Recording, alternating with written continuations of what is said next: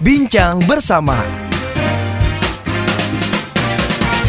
Small listeners, banyak yang bilang bahwa perempuan adalah sumber kehidupan karena Audrey di sini dan teman-teman yang sedang menonton podcast ini mungkin semuanya terlahir ya dari seorang perempuan, dan bagaimana perempuan membentuk perempuan yang akan Audrey ajak ngobrol kali ini dalam podcast Bincang Bersama yang fokus kepada perempuan lain di seluruh Indonesia. Kita akan berbincang bersama Kak Dwi Yuliawati, Head of Programs UN Women Indonesia. Hai Kak Dwi, apa kabar? Halo, baik. Sehat? Sehat. Aku penasaran banget ya dengan sosok yang sudah dari 2009 ya fokus untuk perempuan-perempuan Indonesia. Gimana sih pengalaman ataupun juga mungkin proses hidupnya seorang Dwi Yuliawati membentuk sampai dengan sekarang. Tapi by the way, dari kecil emang sudah terlahir dalam keluarga yang mungkin aware akan perempuan sendiri, Kak Yuli? Tadi aku ngutip apa kata-kata Audrey ya, bahwa ada perempuan lain yang memberikan jalan gitu ya buat perempuan. Saya boleh berbangga karena baik saya dan ibu saya adalah the first woman in our generation yang membuka barriers itu. Wow. Ibu saya lahir dari keluarga petani di desa di Jawa Barat, pantai utara lagi gitu kan. Yang keluarganya belum pernah ada perempuan yang sampai ke tingkat SMA. Ibu saya adalah perempuan pertama dari generasinya yang sampai ke SMA. Dan itu yang dititipkan oleh ibu saya kepada saya. Kalau saya bisa SMA, kalau boleh dong kamu S1. Lebih setingkat dari ibu ya. Kemudian kalau boleh sudah S1, S2 lah. Dan kemudian saya melihat juga bahwa apa yang ibu saya lakukan sebenarnya memberikan jalan buat saya untuk maju. Dan ketika saya udah di situ, saya lihat keponakan-keponakan saya yang perempuan. S1 dan S2 itu udah jadi biasa. So, ini mungkin satu pembelajaran yang menarik bahwa kadang-kadang kita mikir kalau satu perempuan di situ, maka disitulah benchmarknya. Enggak. Kita harus membuka jalan buat perempuan lain supaya bisa masuk.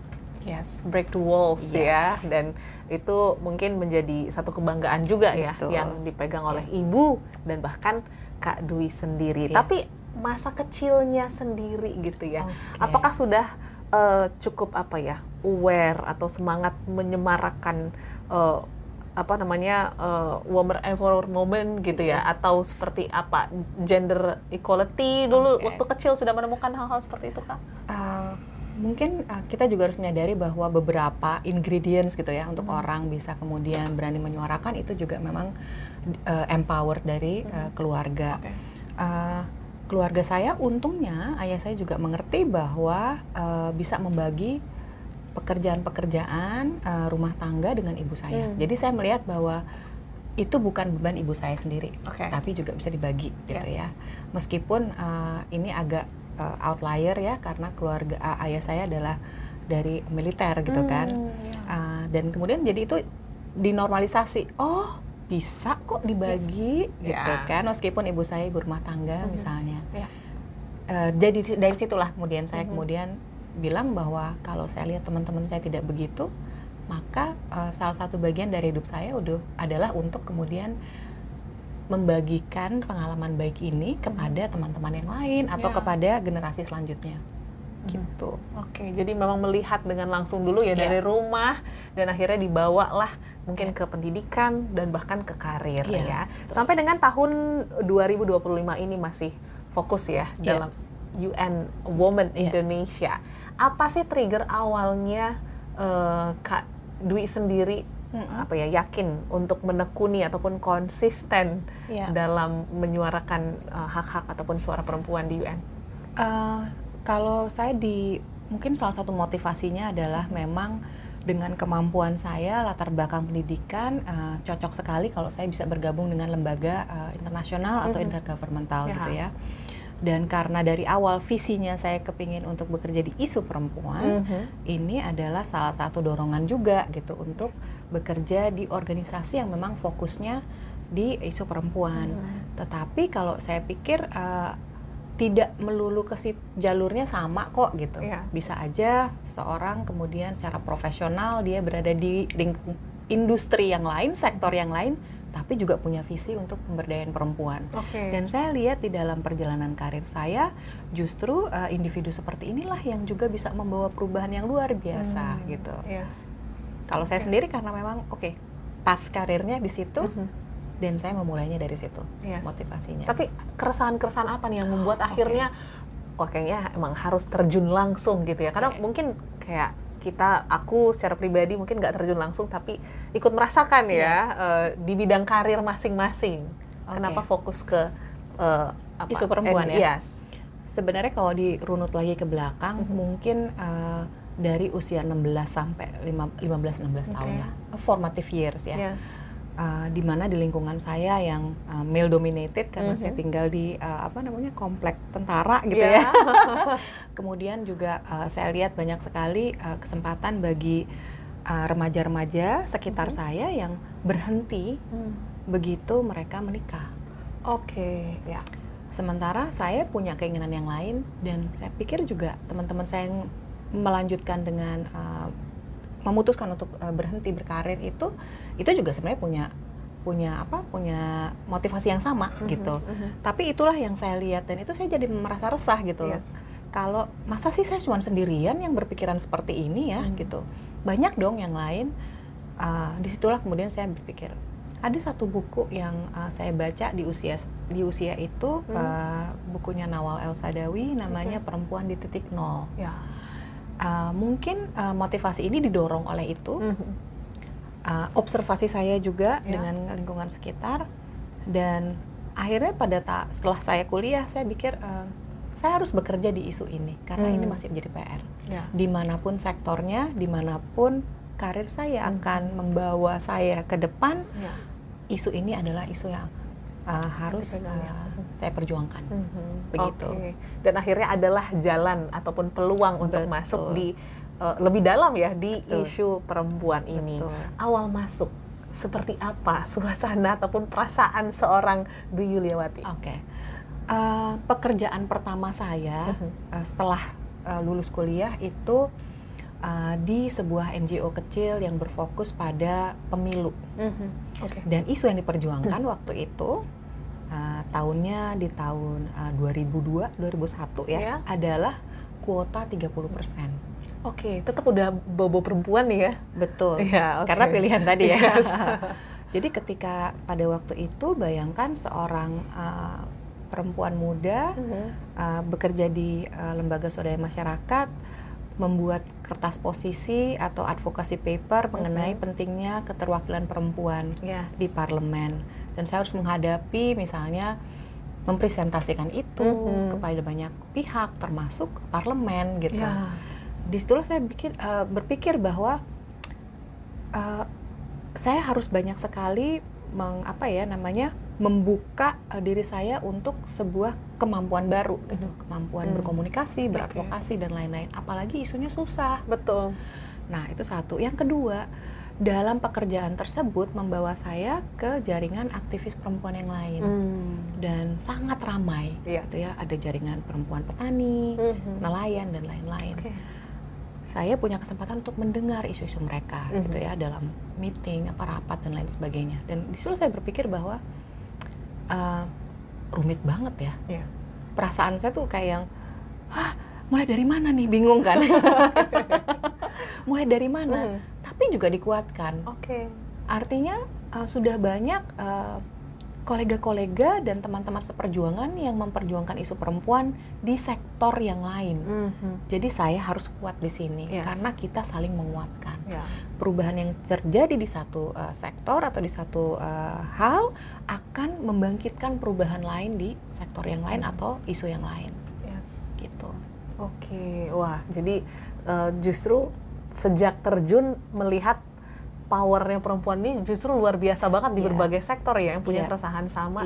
Dan itulah yang mungkin menjadi modal Kak Dwi fokus dan juga berkomitmen di UN Indonesia. Seperti itu. Tapi dalam posisi yang sekarang mungkin sebagai head of program ya, ini kan sebagai leader perempuan juga, gimana perasaannya gitu ya untuk bisa memimpin di posisi yang sekarang setelah sudah berpuluh-puluh tahun ya, berbelas-belas tahun ya di UN Women Indonesia? Mungkin ada dua hal. Yang pertama adalah kalau saya kasih spill sedikit nih ya, spill. Saya latecomer. Jadi setelah pekerjaan pertama, saya jeda karena harus mengurus anak saya yang berkebutuhan khusus. Jadi latecomer gitu. Dan itu lagi satu hal lagi yang membuat saya percaya pada sistem yang empowering. Waktu saya selesai kuliah S2, saya masuk kembali ke dunia pergerakan perempuan gitu ya. Saya diterima dengan baik oleh organisasi ini. Organisasi ini memberikan saya banyak kesempatan untuk mengembangkan kemampuan. Itulah yang menjadi bekal. Jadi saya sendiri tanpa ada organisasi itu mungkin nggak akan menjadi yang sekarang gitu. Jadi itu sih sebenarnya modal. Jadi bukan hanya saya sendiri ya, tapi juga organisasi yang empowering juga gitu.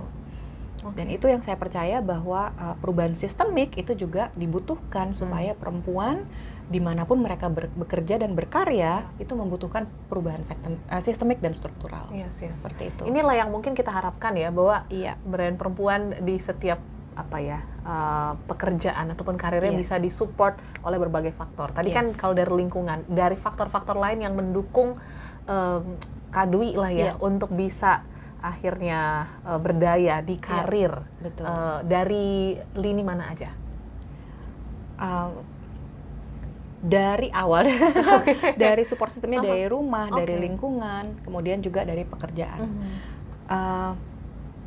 Ketika saya membayangkan ya, ketika seorang perempuan muda yang setara, yang sama gitu ya, jenjang karirnya dengan saya, dan dia bingung bagaimana menavigasi tugas-tugasnya sebagai seorang ibu gitu ya, dan kemudian dia bekerja, dia membutuhkan apa sih? Dia membutuhkan dukungan support dari sejak di rumah, kemudian di lingkungan, dan yang paling sulit sebenarnya adalah lingkungan terdekat dan lingkungan setelah keluar dari rumah.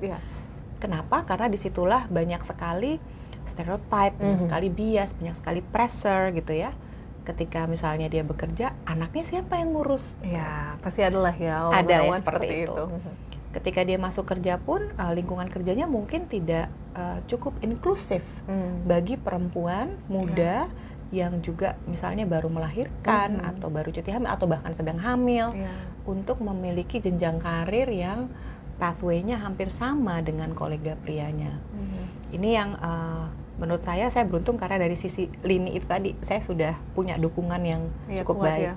Meskipun yang lingkungan nih kita suka dengar juga ya. Tapi support system yang juga baik adalah sisterhood. Perempuan lain yang mendorong saya gitu ya, atau perempuan lain yang saya pilih untuk saling menguatkan satu sama lain. This is also important. Untuk itu semua.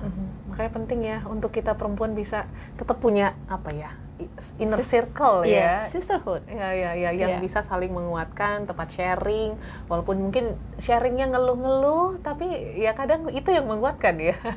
Betul, iya. Dan dalam perjalanan karir yang cukup panjang di UN Women Indonesia, pasti banyak pengalaman-pengalaman yang seru yang mungkin nggak pernah terbayangkan Kak Dwi waktu kecil dulu gitu ya. Tapi ada nggak kalau bisa dipetik satu pengalaman yang memorable yang berdampak juga untuk Kak Dwi terus menyuarakan isu-isu perempuan? Begini, pekerjaan kami sebenarnya there's nothing glorious about it. There's nothing heroic gitu. Enggak. Yang heroik adalah perempuan-perempuan yang kami suarakan. Saya ingat beberapa waktu yang lalu kita sempat punya program mengenai perempuan pekerja migran. Iya. Waktu itu kita bikin kegiatan bagaimana caranya supaya perempuan pekerja migran ini bisa menuliskan ceritanya, gitu ya. Kita bikin kegiatan dengan mengundang fasilitator dan lain-lain. Kita juga menciptakan ruang yang aman supaya mereka bisa curhat, dan segalanya. Dan pada saat itu teman-teman di kantor tuh jadi penasaran gitu, karena kita harus melihat for real apa yang dialami oleh perempuan pekerja migran dengan segala masalahnya. Semua ikut dan guess what? Hari pertama semuanya nangis. Semua nangis karena mendengar pengalaman dan cerita tersebut. Apa yang terjadi kemudian adalah saya melihat bahwa to cut the story short, setelah itu bahkan kita kayaknya harus group counseling nih. Sedemikian guncangnya dalamnya gitu ya. Tapi mendengarkan pengalaman perempuan itu membawa motivasi sendiri ketika kita bekerja. Bayangkan kalau kita hanya bekerja soal paperwork ya, kita bikin misalnya rencana, program dan lain-lain. There's no women face in it. Hanya ada saya dan komputer. Dan kolega lain juga seperti itu. But we put that emotion di dalam pekerjaan kita. That's what's memorable. Dan kita kemudian melakukannya, saya tidak melakukannya sendirian. Kami mengalaminya secara kolektif gitu, yang kita kemudian aku nggak tahan gitu. Dan itu kayak fueling our work ya, motivation. Because kalau kita tidak kemudian memberikan value kepada pekerjaan kita, that's just a job. Inilah yang terus jadi penguat ya untuk bisa terus survive di bidang ini, karena pasti banyak tantangan yang dilalui, tapi tantangan terbesar untuk bisa tetap semangat ya dalam menyuarakan suara teman-teman perempuan lain di luaran sana itu apa? Kalau kita sebenarnya ngelihat our work supposed to be bigger than just paperwork, dan just sesuatu yang kita terima, misalnya gaji ataupun remunerasi dan lain-lainnya. Itu harus membawa impact bagi kemanusiaan. Dan saya pikir inilah yang menjadi daya dorong terbesar dari pekerjaan-pekerjaan non-profit gitu ya. Nah ini yang sebenarnya saya pikir work that has impact beyond our work itself. Kalau orang bilangnya KPI-nya apa, key performance indicator-nya apa gitu. Kalau kita mungkin beyond our key performance indicators, secara profesional, what impact can we bring to the society dengan pekerjaan ini? Itu perubahan apa yang terjadi dari semua pendengar atau pemirsa yang mendengarkan siaran ini? That's what we're aiming for. Bukan cuman satu performance di Smart FM, enggak. Itu. Jadi lebih ke hal-hal yang benar-benar mengena ya, berdampak terasa kepada para perempuan yang ada di luar sana. Dan kan tadi ngomongin tentang profesionalisme ya, pasti aku yakin pekerjaan dan tanggung jawab di UN Women Indonesia cukup berat, tapi ada nggak hal-hal yang Kak Dwi lakukan di luar isu perempuan ataupun berkaitan dengan perempuan yang bisa merilis stres ataupun juga membawa Kak Dwi a new version gitu ya, refreshing time ya seorang Dwi Yuliawati. Downtime ya. Saya suka menonton film, saya suka membaca. Itu mungkin kayak semacam otomatis ya, begitu udah agak penat dikit, saya nonton film dulu deh, gitu, atau saya baca dulu gitu ya. Kemudian juga yang sekarang ini juga saya suka lakukan adalah meditasi misalnya, mindfulness, practicing mindfulness, kemudian juga pekerjaan yang menurut saya hobi ya, kalau bisa dibilang itu punya dampak juga.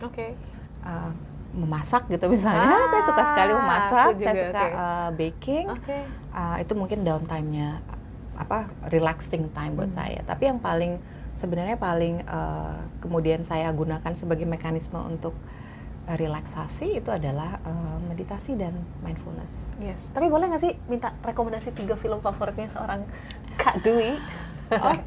Film favorit apa yang terakhir kali saya tonton, saya juga lupa gitu. Kita penasaran apakah 3-tiganya ini fokus ke film-film perempuan kah? Atau film perempuan. Series juga boleh deh. Series. Nah, itu karena saya maunya downtime dan detach sama pekerjaan saya. Di luar saya itu. Di luar itu justru. Tapi waktu saya kuliah, saya tuh case study-nya adalah film Mulan. Mulan. Yang animasi. Disney ya? Yang animasi ya, bukan yang sekarang iya. live action-nya. Dan itu one of my favorite movies. Satu all the film, time ya? All the time. Itu. Apalagi ya, kok saya jadi blank ya? itu blank apa ya? Kalau buku mungkin yang terkait perempuan yang juga bisa saya rekomendasikan adalah ini buku klasik ditulis oleh seorang perempuan Indonesia bernama Ibu Julia Suryakusuma berjudul State Ibuism atau Ibuisme Negara.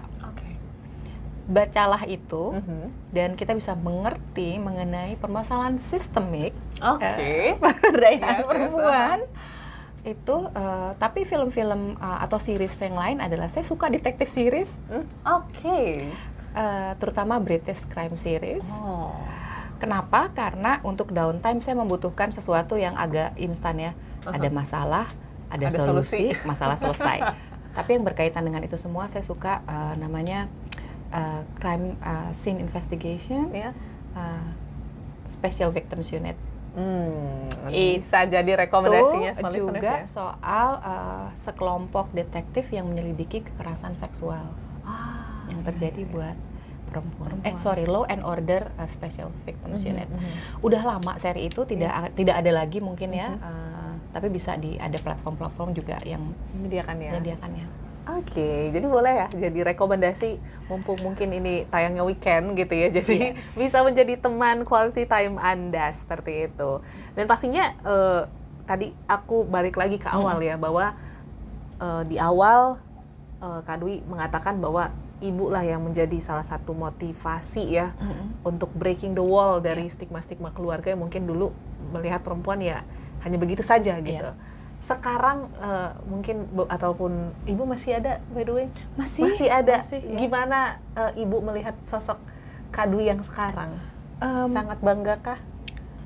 Bangga tentunya ya. Dia sering sekali kemudian bertanya soal pekerjaan saya apa gitu kan. Kemudian yang menarik adalah bagaimana kita juga bernegosiasi soal apa yang zaman dulu boleh, tidak boleh gitu ya. Dan dia jadi mengerti juga bahwa kalau sekarang sudah dimudahkan ya untuk perempuan bisa travel kemana-mana, aman. Dan itu yang saya pikir dia juga menikmati itu. Dan ada sense of relief gitu ketika dia bilang, apa yang saya lakukan ternyata benar juga kok. Itu ya, itu yang saya lihat dari dinamika hubungan saya dengan ibu saya. Saya punya anak perempuan juga. Dan mungkin pesan yang disampaikan oleh ibu saya sampaikan juga kepada anak saya. Kalau you can do whatever you want, as long as yang kamu lakukan itu punya dampaknya terhadap masyarakat. Ibu saya selalu bilang bahwa jangan cuma melihat pekerjaan sebagai pekerjaan, tapi pekerjaan itu memberikan perubahan apa buat orang sekeliling kamu. Ya, jadi tetap ya hubungan itu masih terus terjalin dan bahkan ya ada cerita-cerita tetap sharing ya dengan bagaimana perbandingan di masa lalu dan masa sekarang seperti itu. Dan juga kalau mungkin berkaca ke 20 atau 30 tahun yang lalu gitu ya, Kak Dwi, mungkin Kak Dwi sudah berprogres dengan sangat luar biasa karena banyaknya support perempuan di luar sana. Apa pesan yang mungkin ingin Kak Dwi sampaikan kepada Dwi 20 tahun lalu mungkin? Apa ya, kalau saya pikir gini, ketika kita muda dan saya muda waktu itu, kita mungkin ingin sebuah hasil atau prestasi yang instan gitu ya. Pokoknya kalau saya sudah lulus, saya apply beasiswa pasti diterima dong gitu. Enggak. Jadi kepada younger self saya akan bilang, jangan nyerah ya, terusin aja and trust the process. As long as we know that kita mau ke arah sana dan visi itu jelas, dan kita tahu bahwa kita menggunakan daya upaya yang ada di saat kita sekarang, pasti akan terlaksana. Just trust the process. Mungkin itu yang mau saya sampaikan ke Dwi 20 tahun yang lalu. Karena kalau ini nggak disampaikan, pada saat itu saya udah sangat anxiety gitu. Wah, belum dapat beasiswa, masih belum sekolah, teman-teman saya udah sekolah, saya mesti ngurus anak dan lain-lain gitu ya. Trust the process. It will happen. Ya, inilah ya pesan yang menarik ya tadi Kak Dwi sampaikan. Dan pasti ada juga dong harapan dan cita-cita ke depan secara khusus untuk pribadi atau mungkin juga untuk perempuan di luar sana yang mungkin kita bisa bilang ya bahwa kita di saat ini mungkin merasakan privilege yang baik gitu ya, tapi ada teman-teman di luar sana yang mungkin sekolah masih susah atau bahkan di pelosok-pelosok sana masih muda udah dipaksa untuk menikah. Itu masih banyak banget gitu. Apa pesan ataupun cita-cita yang ingin disampaikan? Yang ingin saya sampaikan mungkin satu hal ya, bahwa kita semua harus menyadari apapun yang kita rasakan, yang kita pikirkan adalah hasil dari bentukan sosial gitu ya. Tapi bentukan sosial ini bisa kemudian kita ubah, kita memilih untuk mengubah bentukan sosial itu. Kadang-kadang yang kita lakukan kita mensabotase diri kita sendiri dan segala macam pencapaian kita gitu. Ini kan bukan karena saya, tapi karena jangan pernah mensabotase apapun yang teman-teman di luar sana sudah capai. Harus terus yakin bahwa itu adalah hasil perjuangan tadi ya. Karena we trust the process itu tidak akan mengkhianati hasil. Jangan pernah mensabotase apapun yang teman-teman semua sudah capai. Yang kedua mungkin pilihlah, kita bisa memilih untuk bertindak atau merespon dari semua yang kita tidak bisa pilih. Kita tidak bisa memilih siapa orang tua saya, orang tua kita, tidak bisa memilih keadaan sosial ekonomi kita, tapi kita bisa memilih bagaimana respon kita menghadapi semuanya. Pilihlah apa yang bisa kita pilih. Seperti itu. Oke, pesan yang menarik untuk kita semua perempuan-perempuan yang mungkin mendengarkan. Semoga perjalanan karir dan juga mungkin value-value yang bisa kita tangkap ya dari perbincangan ini bisa menguatkan kita perempuan-perempuan di luar sana untuk terus berdaya dimanapun Anda berada ya, baik di rumah, tempat kerja, lingkungan, dan mungkin juga Anda sebagai sisterhood ya, seperti itu ya Kak Dwi ya. So thank you Kak Dwi sudah sharing di podcast Bincang Bersama, dan juga Small Listeners, terima kasih banyak untuk Anda yang sudah menyimak perbincangan kami bersama dengan Kak Dwi dari UN Women Indonesia, dan pastikan Anda share ya video ini kepada perempuan-perempuan di luar sana supaya kita makin semangat untuk menyuarakan hak-hak dan keresahan kita. Kalau begitu, Audrey pamit, sampai jumpa dan sukses untuk Anda. Bincang Bersama.